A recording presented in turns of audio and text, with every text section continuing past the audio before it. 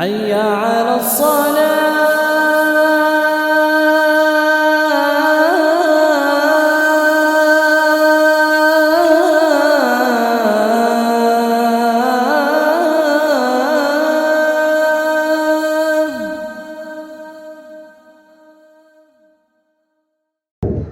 அல்ஹம்துலில்லாஹ். இல்மியுடைய கனவு திட்டம் ஜாமியா தாருல் இல்மி ஒரு எஜுகேஷ்னல் கேம்பஸை உருவாக்கிட்டு இருக்கிறோம். ஒரு கல்வி வளாகத்தை. இங்கே எல்லா விதமான கல்வியும் நம்ம இந்த வருஷம் இன்ஷா அல்லாஹ் எப்படி பிள்ளைங்களை சேர்க்க போகிறோம்னா 10வது முடிச்சிருக்கணும், 8வது முடிச்சிருக்கணும், அதெல்லாம் ஒன்றுமே இல்லை. No age limit, no education limit. நீ என்ன படிச்சிருந்தாலும் சரி, என்ன வயசில் இருந்தாலும் சரி, ஏன்னா கல்விக்கு வயசு ஒரு தடை கிடையாது. இங்கே மார்க்கத்தை தெரிஞ்சுக்க நினைக்கிற யாராக இருந்தாலும் இன்ஷா அல்லாஹ் எங்களை தொடர்பு கொள்ளுங்கள். அதற்கான பெரிய கேம்பஸ் தான் உருவாக்கிட்டு இருக்கிறோம். உம்மத்தும் இந்த முயற்சிக்கு பெரிய உங்களோட ஒத்துழைப்பையும் சப்போர்ட்டையும் கொடுங்க. உங்களுடைய உதவினாலையும் உங்களுடைய துவாக்கள்னால தான் அல்லாஹ் ரப்பல் ஆலமீன் இவ்வளோ பெருசாக உருவாக்கியிருக்கிறோம். இன்னும் முழுமையடைறதுக்காண்டி துவா செய்யுங்க இன்ஷா அல்லாஹ். உங்களுடைய ஒத்துழைப்பு வேணும், உங்களுடைய பங்களிப்பு வேணும். பிஸ்மில்லாஹிர் ரஹ்மானிர் ரஹீம். அல்ஹம்துலில்லாஹி ரப்பில் ஆலமீன். வஸ்ஸலாத்து வஸ்ஸலாமு அலா சய்யிதில் முர்சலீன் வ அலா ஆலிஹி வஸ்ஹபிஹி அஜ்மாயின். அம்மா பாத். கண்ணியத்திற்குரிய சகோதர பெரியவர்களே, நேற்றைய தினம் உலகம் முழுவதும் கிபி 2025 ஆண்டு முடிந்து 2026 ஆண்டு பிறந்துள்ளது. அந்த பிறந்தநாள் கொண்டாட்டங்கள் வழமை போலவே மேற்கத்திய நாடுகளிலே மாது குடி குத்தாட்டம் என்ற அடிப்படையிலே அவர்கள் கொண்டாடியிருக்கிறார்கள், மேற்கத்திய கலாச்சாரத்தை சார்ந்தவர்கள். அதே மேற்கத்திய கலாச்சாரத்தை தலைமையில் வைத்து கொண்டாடக்கூடிய நம்முடைய இந்திய பெருமக்களும் அதே குடி குத்தாட்டம் கொண்டாட்டம் என்று அந்த புத்தாண்டு பிறந்த நாளை, புத்தாண்டு நாளை இவர்கள் பெரிய விமர்சையாக கொண்டாடியிருக்கின்றார்கள். காரணம் என்னவென்றால், மேற்கத்திய கலாச்சாரத்தை பொறுத்த வரைக்கும் அவங்களுக்கு உலகமே என்னவென்றால் சாராயமும் மதுவும் தான், குடியும் குத்தாட்டம் தான் அவர்களுக்கு உலகமே வாழ்க்கை. அதே கலாச்சாரத்தை பின்பற்றக்கூடிய இந்தியாவில் உள்ளவர்களும் அவர்களை போன்ற இவர்களும் குடித்து கும்மாளமிட்டு கொண்டாட்டம் பண்ணி அதை பற்றி கொண்டாடுவதை பார்க்கின்றோம். ஏனென்றால் அவர்களுக்கென்று ஒரு கலாச்சாரம் இல்லை, அவர்களுக்கென்று ஒரு வழிகாட்டுதல் இல்லை, அவர்களுக்கென்று ஒரு வேதம் இல்லை, அவர்களுக்கென்று ஒரு போதனை இல்லை, எதுவுமே இல்லை. எது வேணும்னா இந்த கலாச்சாரத்தை எடுத்துகிட்டு போகலாம். அவங்களுக்கு வரையறை கிடையாது, வகைத்தொகை கிடையாது, கட்டுப்பாடுகள் கிடையாது, விதிமுறைகள் கிடையாது, ஒன்றும் கிடையாது. ஆனால் எல்லா வரையறைகளும் இருந்தும், எல்லா கட்டுப்பாடுகளும் இருந்தும், எல்லா விதிமுறைகளும் இருந்தும், குர்ஆன் என்ற வேதம், ஹதீஸ் என்ற வழிகாட்டுதல் இவையெல்லாம் இருந்தும் சில முஸ்லீம்கள் பேர்தாங்கிகளும் கூட அந்த கொண்டாட்டத்தில் கலந்து கொண்டு, முஸ்லீம் இளைஞர்கள் அவர்களும் என்ன குடிப்பது, கொண்டாடுவது, கும்மாளம் இடுவது, குத்தாட்டம் போடுவது, சாலைகளிலே இரவு நேரத்தில் வேகமாக பைட்டுகளை ஓட்டுவது, ஹோட்டலில் போய் சாப்பிட்றது, கொண்டாடுவது என்று முஸ்லீம்களும் இருப்பது தான் மிகப்பெரும் வேதனை. ஏன் சகோதரர்களே, புத்தாண்டு என்பது இது வெறும் ஆங்கிலத்துக்கு மட்டும் உள்ளதல்ல, எல்லாத்துக்குமே புத்தாண்டு உண்டு. தமிழுக்கென்று ஒரு புத்தாண்டு உண்டு, தமிழ் புத்தாண்டுன்னு சொல்கிறோம். தெலுங்குக்குன்னு ஒரு புத்தாண்டு உண்டு, அதை உகாதின்னு சொல்லுவாங்க. மலையாளத்துக்கு ஒரு புத்தாண்டு உண்டு, அதே மாதிரி ஆங்கிலத்துக்கு ஒரு புத்தாண்டு உண்டு, இஸ்லாத்துக்கு ஒரு புத்தாண்டு உண்டு. இது ஒவ்வொரு கலாச்சாரத்தை சார்ந்தவர்களுக்கும் ஒரு புத்தாண்டு உண்டு. ஆனால் எந்த புத்தாண்டையுமே யாரையுமே இவ்வளோ விமர்சையாக கொண்டாடுவதில்லை இந்த ஆங்கில புத்தாண்டை தவிர. காரணம் என்னென்னா, ஏன் இந்த ஆங்கில புத்தாண்டுக்கு மட்டும் இவ்வளோ முக்கியத்துவம்? தமிழ்காரங்களுக்கு தமிழ் புத்தாண்டு இருக்குது, அந்த அன்னைக்கு இப்படி கொண்டாடுறது இல்லையே. தெலுங்குக்காரங்களுக்கு தெலுங்கு புத்தாண்டு இருக்குது, அதான் உகாதின்னு சொல்லுவாங்க, அதை யாரும் இப்படி கொண்டாடுறது இல்லையே. அதே மாதிரி அரபுகளுக்கு மொஹர்ரம் ஒன்று இருக்குது, புத்தாண்டு இருக்குது, இஸ்லாமிய புத்தாண்டு அல்லது அரபு புத்தாண்டு, அதை யாரும் கொண்டாடுறது இல்லையே. ஏன் இந்த ஆங்கிலேய புத்தாண்டு மட்டும் இப்படி விமர்சையாக கொண்டாடப்படுகிறது என்றால், இது முழுக்க சகோதரர்களே கிறிஸ்தவர்களுக்கும் ஆங்கிலேயர்களுக்குமான ஒரு புத்தாண்டு. இது ஆங்கிலேயர்கள் உலகம் முழுவதும் ஆட்சி செய்ததால் அவர்கள் எங்கெல்லாம் ஆட்சி செய்தார்களோ அங்கெல்லாம் தங்களுடைய கலாச்சாரத்தை திணித்து விட்டு தான் வெளியே சென்றார்கள். அதனுடைய வெளிப்பாடு தான் இந்த ஜனவரி 1 என்ற அந்த ஆங்கிலேய புத்தாண்டு. அது உலக புத்தாண்டாக மாற்றப்பட்டு விட்டது.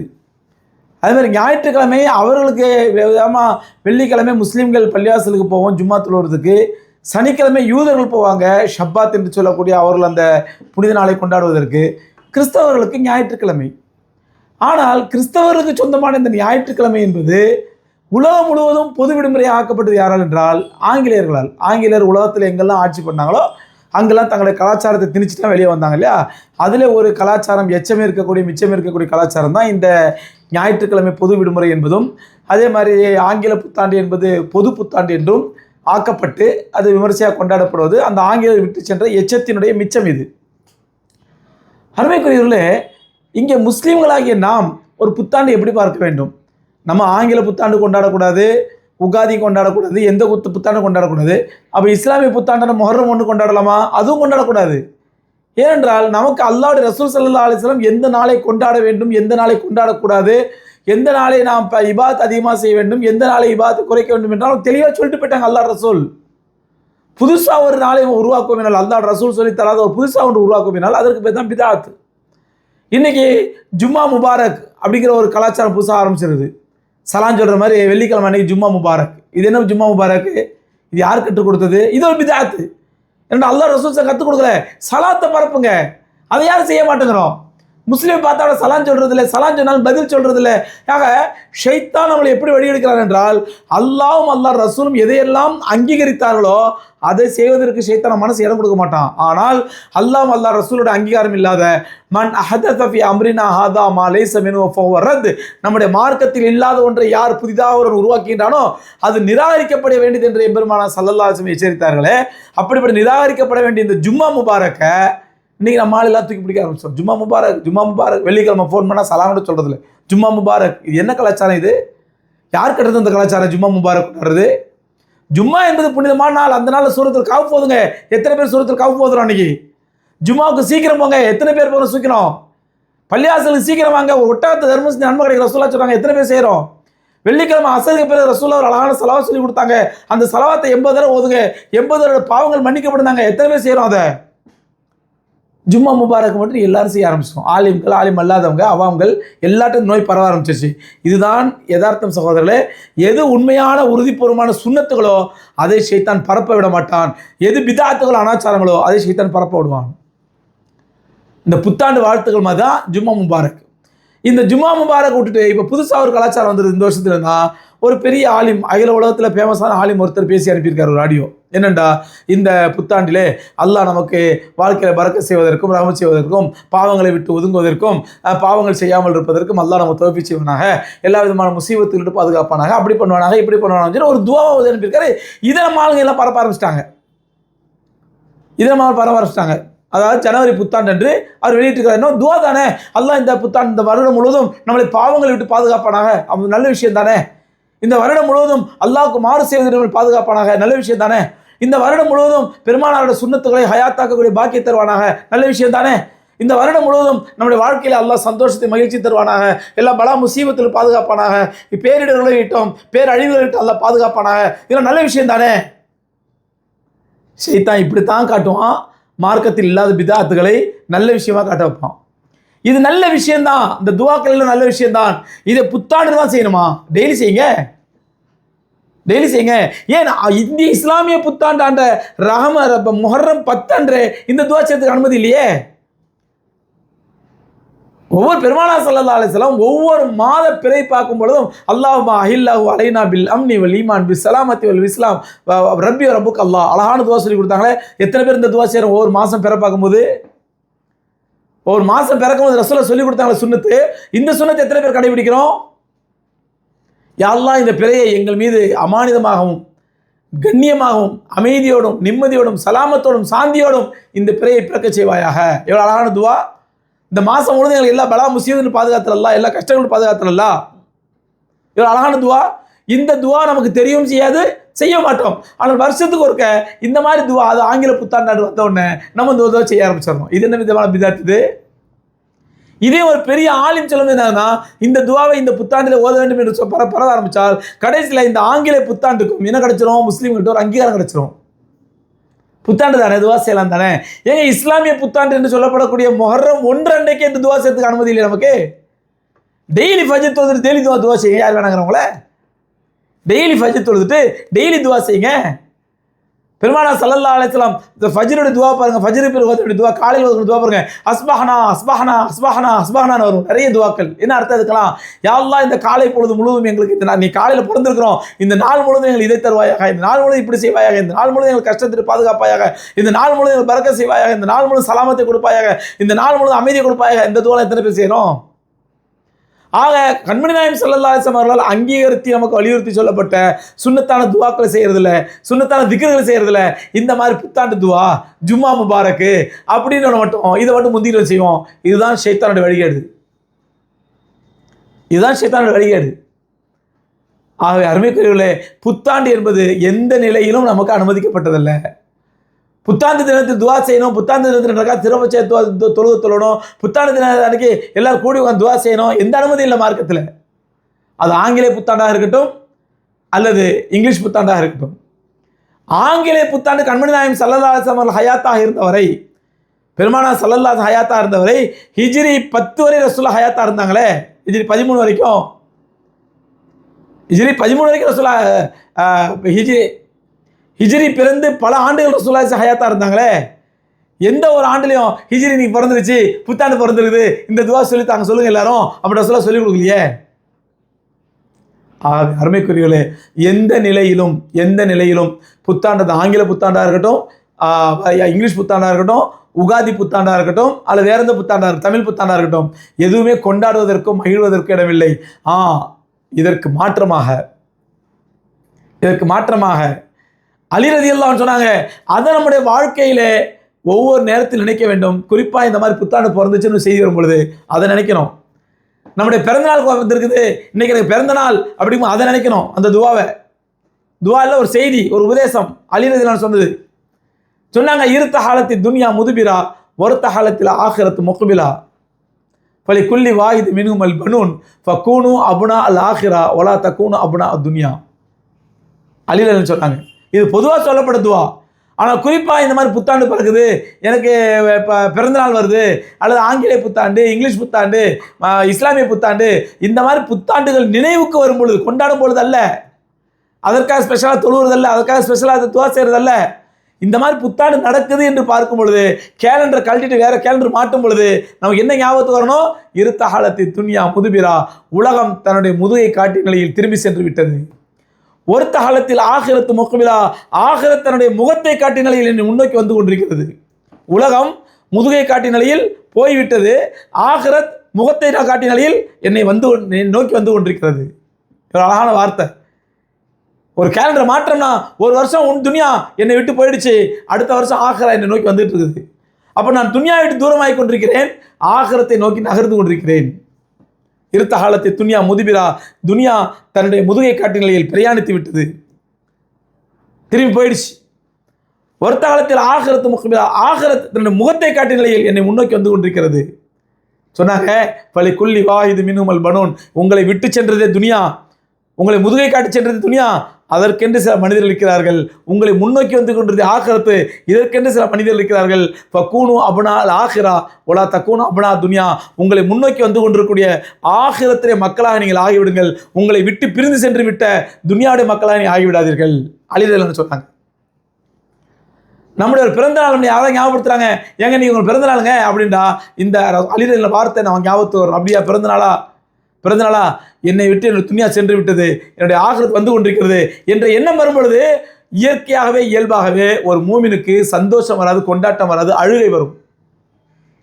என்னுடைய துன்யா சென்று விட்டது, என்னுடைய ஆகிரத்தை நோக்கி வந்து கொண்டிருக்கிறது, நான் யாருக்குள்ள மக்களாக இருக்கின்றேன்? என்னை விட்டு சென்று விட்ட துன்யாவுடைய மக்களா, என்னை முன்னோக்கி வந்து ஒரு ஆகிரத்துடைய மக்களா, நான் யாருடைய மக்களாக இருக்கிறேன்? நான் எதற்காக உழைக்கின்றேன்? என்னை விட்டு சென்று விட்டது துனியா, அதற்காக நான் பாடுபட்டு உழைத்துக் கொண்டிருக்கிறேனா? நான் முன்னோக்கி வந்து கொண்டிருக்கிறது அந்த ஆகிரத்துக்காக பாடுபட்டு கொண்டிருக்கிறேனா என்று நம்மை நாமே யோசித்து நம்முடைய நிலையை உணர்ந்து நாம் அழ வேண்டிய தருணம் இது.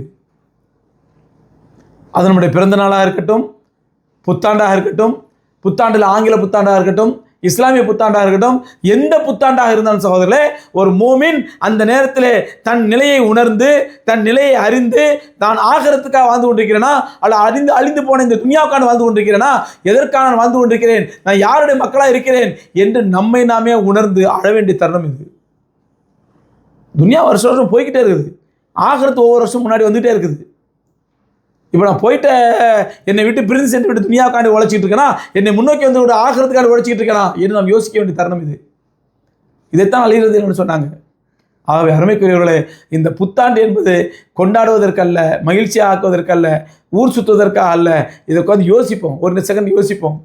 ஒன்றும் தெரியாத மக்கள், மார்க்கம் இல்லை, வழிகாட்டுதல் இல்லை, தீன் இல்லை, வேதம் இல்லை, குரான் இல்லை, ஹதீஸ் இல்லை, ஆகிரத் இல்லை, மறுமை இல்லை, அல்லாஹ் இல்லை, எதை பற்றியுமே தெரியாத மக்கள், அவன் கிறிஸ்தவனாக இருக்கட்டும், ஹிந்துவாக இருக்கட்டும், யாராக இருக்கட்டும், அவன் போகிறான்னு சொன்னா பாவம், அவர் மீது இறக்கப்பட வேண்டும். நாம் இந்த மக்கள் பாவம் இப்படி எதுவுமே தெரியாமல் தன்னுடைய வாழ்க்கையை அழிச்சிட்டு இருக்கிறாங்களே, குடிச்சிட்டு போய் குடி போதையில் போய் ஆக்சிடென்ட் ஆகி செத்து போயிடுறானே, குடிச்சிட்டு போய் செத்துறானே, ஆக்சிடென்ட் ஆகி செத்துறானே, அந்த நாளை அந்த பாழாக்குறானே, குடிச்சு உடம்புக்கு எடுத்துக்கிறானே என்று அவர்கள் மீது இறக்கப்பட்டு நேர்வழி காட்ட வேண்டிய நாம் நம்முடைய பிள்ளைகளை அவிழ்த்து விட்டுட்டோம்.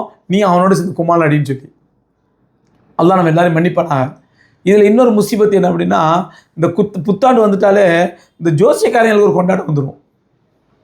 இல்லை ஜோசியக்காரன் போய் கேட்பான், இந்த புத்தாண்டு எப்படி இருக்கும்? ஐயோ ரொம்ப அமோகமாக இருக்கும், ரொம்ப சூப்பராக இருக்கும், இந்த வருஷம் நீ ஒரு வீடு வாங்க போகிற, இந்த வருஷம் நீ கார் வாங்க போகிற. அதை கேட்டு அவனுக்கு ஒரு சந்தோஷம், அல்ப சந்தோஷம், கூட 2 ரூபா கொடுத்துருவோம் இவனுக்கு ஜோசியக்காரனுக்கு. இதே தான் நடந்துச்சு, வளமையாக நடக்கிற மாதிரி. 2020 ஜோசியக்காரனை கேட்குறான் டிவியில் உட்கார வச்சு, ஐயா இந்த ஆண்டு எப்படி இருக்குன்னு சொல்லி. ஐயோ ரொம்ப அமோகமாக இருக்கும், 2020 2 2020 இந்த மாதிரி நம்பர் வரதே ரொம்ப அபூர்வம், ஆச்சரியம். 1000 ஆண்டுகளுக்கு ஒரு முறை அந்த மாதிரி வரும், 100 ஆண்டுகளுக்கு ஒரு முறை தான் வரும். நம்ம வாழ்கிற காலத்தில் இந்த மாதிரி நம்பர் வந்திருக்குது, ரொம்ப அற்புதமான நம்பர். இந்த நம்பரில் இந்த வருஷம் பாருங்க அமோகம் கொட்ட போது, அமோகம் அப்படியே பொங்கி வழிய போது, எல்லாரோட வாழ்க்கை சுபிட்சமாக இருக்க போது. அப்படி இப்படி 2020 ஜனவரி மாதம் 1ஆம் தேதி புருடா விட்டான், பிப்ரவரி மார்ச்சில் அறிவிச்சிட்டேன் கொரோனான்னு சொல்லிட்டு. பிப்ரவரி மார்ச்லேயே கொரோனா வந்துச்சு, ஷட் டவுன் ஆகி அந்த வருஷம் பூரா கஷ்டப்பட்டோம். பெரிய பெரிய கோடீஸ்வரலாம் ரோட்டுக்கு வந்துட்டான், கோடிகளில் புரண்டவெல்லாம் தெருக்கோடி வந்துட்டான், லட்சாதிபதிலாம் பிச்சாதிபதி ஆகிட்டான், பெரிய பெரிய வியாபாரிகள் வியாபாரத்தை இழந்தாருங்க.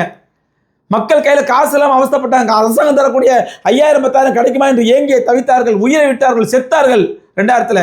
ஆனால் ஜோசியக்காரன் என்ன சொன்னால், ஜனவரி 1ஆம் தேதி ஓஹோ அமோகமாக இருக்க போது 2020 அற்புதமான நம்பர் இது. இதையும் ஒரு பைத்தியக்கார கூட்டம் நம்புது, இன்னும் நம்புது. ஜோசியக்காரன் பொய்ன்னு தெரிஞ்சதுக்கப்புறமும் ஜோசியம் பார்ப்பது, வசியம் பார்ப்பது, ஒருத்த முகத்தை பார்த்து கண்டுபிடிக்கிறது, ஃபேஸ் ரீடிங்கு, கீசி ரீடிங்கு, அந்த ரீடிங், என்ன 1000 வார்த்தை, அத்தனையும் ஃப்ராடு, பித்தலாட்டக்காரங்க, பொய். ஆனால் அதையும் ஒரு கூட்டம் நம்புது. இன்னைக்கு 1400 வருடங்களுக்கு முன்பாக கண்மணி நாயகம் ஸல்லல்லாஹு அலைஹி வஸல்லம் ஜோசியை பார்ப்பதையும் ஜோசியை நம்புவதையும் ஹராமாக்கினாங்க. சொன்னாங்க 2 வழியாக சொன்னாங்க, 2 மாதிரி சொன்னாங்க. மன்னத்தா காகினன் ஃபகது பத்தல இபாதத் 40 சனா. ஒன்றுக்கு ஜோசியக்காரன் சொல்கிறது நம்புறது. மன்னத்தா காகினன் ஃபசத்தக பிமா யகூலு. ஒரு ஜோசியக்கார இடத்துல வந்து அவன் சொல்வதை உண்மை என்று நம்பினால் ஃபக்கது கஃபர பிமா உன்சில் அலா முஹம்மதின் ஸல்லல்லாஹு அலைஹி வஸல்லம், முஹம்மது ஸல்லல்லாஹு அலைஹி வஸல்லம் இறக்கப்பட்ட இந்த வேதத்தை நிராகரித்த காஃபிராகிவிட்டான். ஜோசியக்காரன் வந்து அது எந்த ஜோசியமாக இருக்கட்டும், கிளி ஜோசியம், எலி ஜோசியம், கை ஜோசியம், கை ரேகை, ஃபேஸ் ரீடிங், என்ன அளவு ரீடிங்காக இருந்து போட்டோம், அல்ல வாஸ்து கீஸ்து என்ன பலாயிரம் சொன்னாங்க. எல்லா விதமான மறைவான விஷயங்களை அறிந்து கொள்வதற்கான இந்த துறை இருக்குது, இந்த ஜோசியத்துறை. இது அனைத்து எந்த ரூபத்தில் வந்தாலும் இது ஹராம், ஷிர்கு. ரசூலுல்லாஹ் சொன்னாங்க, ஒருத்தன் ஜோசியக்காரத்தில் வந்து அவன் சொல்வதை உண்மை என்று நம்பினால் அவன் என் மீது இறங்கிய வேதமான குர்ஆனை நிராகரித்த பாவியாகிவிட்டான், காஃபிர் ஆகிட்டான் ரசூலுல்லாஹ். எப்போ ஜோசியக்காரன் வந்து அவன் சொல்றதை நம்பினான். இன்னொரு ஹதீஸ் சொன்னாங்க, மன்னத்தா காயினன், இவன் நம்பலாம் இல்லை, சும்மா சொல்லி பார்ப்பேன், சும்மா அவனை கொஞ்சம் கலாய்ப்போம், ஜோசியனை கலாய்ப்போம், கொஞ்சம் என்னதான் சொல்கிறான்னு பார்ப்போமே அப்படின்னு ஜோசியக்காரத்தில் வந்தாலே ஃபக்கது பத்தல இபாதத் 40 சனா, 40 ஆண்டுகளோட இபாதத்து பாழா போயிடும். ரசூலுல்லாஹ் சொன்னாங்க 40 ஆண்டுகளோட இபாதத்து பாழா போயிடும். சும்மா ஜோசியக்காரன் வந்தாலே என்னதான் சொல்கிறான்னு பார்ப்போமே, சும்மா கலாய்ப்போமே, என்னதான் சொல்கிறான்னு கேட்போமே அப்படிங்கிறது வந்தாலே 40 வருட இபாதத்து பாழா போச்சுன்றாங்க. அதை உண்மைப்படுத்தினால் நீ காஃபிரா போயிட்டேனாங்க, நௌதுபில்லா. அந்த ஜோசியக்காரன் சொல்கிறதே ஒரு கூட்டம் நம்புது. எங்கள் இந்த புத்தாண்டு தினத்தன்று அருமைக்குரியவர்களே, இதெல்லாம் ஏன் சொல்கிறேன்னா, நேர்வழி இல்லாதவங்க, ஹிதாயத் இல்லாதவங்க, அல்லாஹ்வுடைய வேதம் தெரியாதவங்க, மார்க்கம் தெரியாதவங்க அப்படி செய்கிறாங்கன்னா அதில் ஒரு லாஜிக் இருக்குது. ஒன்றுமே தெரியலப்பா செஞ்சுட்டு போகிறாங்க. நமக்கு எல்லாம் வழங்கப்பட்ட எல்லா அருளும், எல்லா வேதமும், எல்லா ஞானமும், எல்லா வழிகாட்டுதலும், எல்லா ஹிதாயத்துகளும், எல்லா ரஹனுமாக்களும், எல்லா கைட்லைன்ஸும் அல்லாஹ்வின் தரப்பிலிருந்தும் அல்லாஹ் ரசூலின் தரப்பிலிருந்தும் வழங்கப்பட்ட நாம் அதையெல்லாம் புறக்கணிச்சிட்டு நாம் மறுபடியும் புத்தாண்டு கொண்டாட்டம் ஜோசியன் பண்ணோம்னா அல்லாஹ் காப்பாற்றணும். வழிகாட்டுதல் இல்லாத அந்த மக்களை விட நாம் அல்லாஹ்விடத்தில் மோசமானவர்கள். நல்லா புரிஞ்சுங்க. தெளிவாக புரியுற மாதிரி சொன்னா, காஃபிர்களை விட மோசமாக பார்ப்பான் அல்லாஹ். ஏன்? அவனுக்கு வழிகாட்டுதல் இல்லை, ஹிதாயத் இல்லை. பாவம், உனக்கு எல்லாம் இருந்தும், ஹிதாயத் இருந்தும், வழிகாட்டுதல் இருந்தும், குர்ஆன் இருந்தும், ஹதீஸில் இருந்தும், ஜும்மாவில் உலமாக்கள் தொண்டு தண்ணி போக கத்தியும், எங்களை மாதிரி ஆளுங்க யூடியூப்லையும் பயான்களையும் கற்றுக்கத்துன்னு கத்தியும், இதெல்லாம் கேட்ட பிறகும் தெரிஞ்ச பிறகும் நீ இந்த காரியத்தை செய்யணும்னா நீ அவனோட மோசமானவன் அப்படி தான் அல்லாஹ் பார்ப்பான். அல்லாஹ் ரப்பல் ஆலமீன் விளங்கக்கூடிய பாக்கிய தருவானாக. அருமைக்குரியவர்களே, நாள்தோறும் துவா செய்வோம். கண்மணி நாயம் ஸல்லல்லாஹு அலைஹி கற்றுக் கொடுத்த சுன்னத்தான துவாக்கள் இருக்குது. அல்லாஹும்ம பிக அஸ்பஹனா வபிக அம்சைனா வபிக நஹ்யா வபிக நமூது இலைக்க நுஷூர். அல்லாஹும்ம இன்னி அஸ்பஹது ஷஹீதுகமா. நிறைய துவாக்கள் இருக்குது, காலையில் ஓத வேண்டிய துவாக்கள். அந்த துவாக்கள் தெரிஞ்சு தினந்தோறும் ஃபஜ்ர் தொழுதுல அந்த துவாக்கள் ஓதுங்க. அன்றைய நாள் முழுவதும் நமக்கு நல்ல நாளே, எல்லா நாளும் நமக்கு நல்ல நாளே. நமக்கு கெட்ட நாள், நல்ல நாள், புத்தாண்டு இத்தாண்டு கொண்டாடல, எல்லா நாளும் நல்ல நாளே, எல்லா நாட்களும் கொண்டாட்டத்துக்குரிய நாளே. எப்பொழுது அன்றன்றைக்கு ஃபஜ்ர் தொழுதுட்டு கண்மணி நாயம் ஸல்லல்லாஹு அலைஹி கற்றுக் கொடுத்த அந்த காலை மாலை துவாக்களை வளமையாக ஓதினால் எல்லா நாட்களுமே சந்தோஷமான நாள் தான். வல்ல ரப்புல் ஆலமீன் விளங்கக்கூடிய பாக்கி தருவானாக. நம்முடைய எல்லா நாட்களையும் சந்தோஷமான மகிழ்ச்சிகரமான நாட்களை ஆக்குவானாக. எல்லா நாட்களிலும் எல்லா விதமான வித்தியாத்துகளை விட்டும் எல்லா விதமான சிறுக்கள் விட்டு பாதுகாப்பானாக, வழிகேட்டு விட்டு பாதுகாப்பானாக, பல முசீபத்தில் பாதுகாப்பானாக, பேர் ஆபத்துகளிட்டும் பேர் அழிவுகள் விட்டு அல்லாஹ் பாதுகாப்பானாக, எல்லா நாட்களையும் பாதுகாப்பானாக. வாஹிர் தஅவானா அல்ஹம்துலில்லாஹி ரப்பில் ஆலமீன். அஸ்ஸலாமு அலைக்கும் வரஹ்மத்துல்லாஹி வபரகாத்துஹு. நம்ம ஜாமியா தாருல் இல்மிக்காக ஒவ்வொரு வீடியோவும் பார்க்கும் பொழுது 100 ரூபா போடுங்கன்னு சொல்கிறோம். 100 ரூபாங்கிறது உங்களுக்கு ஒரு பெரிய தொகையே கிடையாது. ஏன்னா 4 நண்பர்கள் சேர்ந்து நம்ம ஒரு டீ குடித்தா காஃபி குடித்தா 100 ரூபா ஆகிடும். அதனால் ஒவ்வொரு பயானை பார்க்கும்போது 100 ரூபா போடுங்க. உதாரணமாக என்னோட ஒரு பயானை 50,000 பேர் பார்க்குறாங்கன்னா அந்த 50,000 பேர் 100 ரூபா போட்டிங்கன்னா 50 லட்ச ரூபா வந்துடும். 2 தடவை போட்டால் 1 கோடி ரூபா ஆகிடும். அந்த ப்ராஜெக்ட் ரொம்ப ஈஸியாக முடிச்சிடலாம்.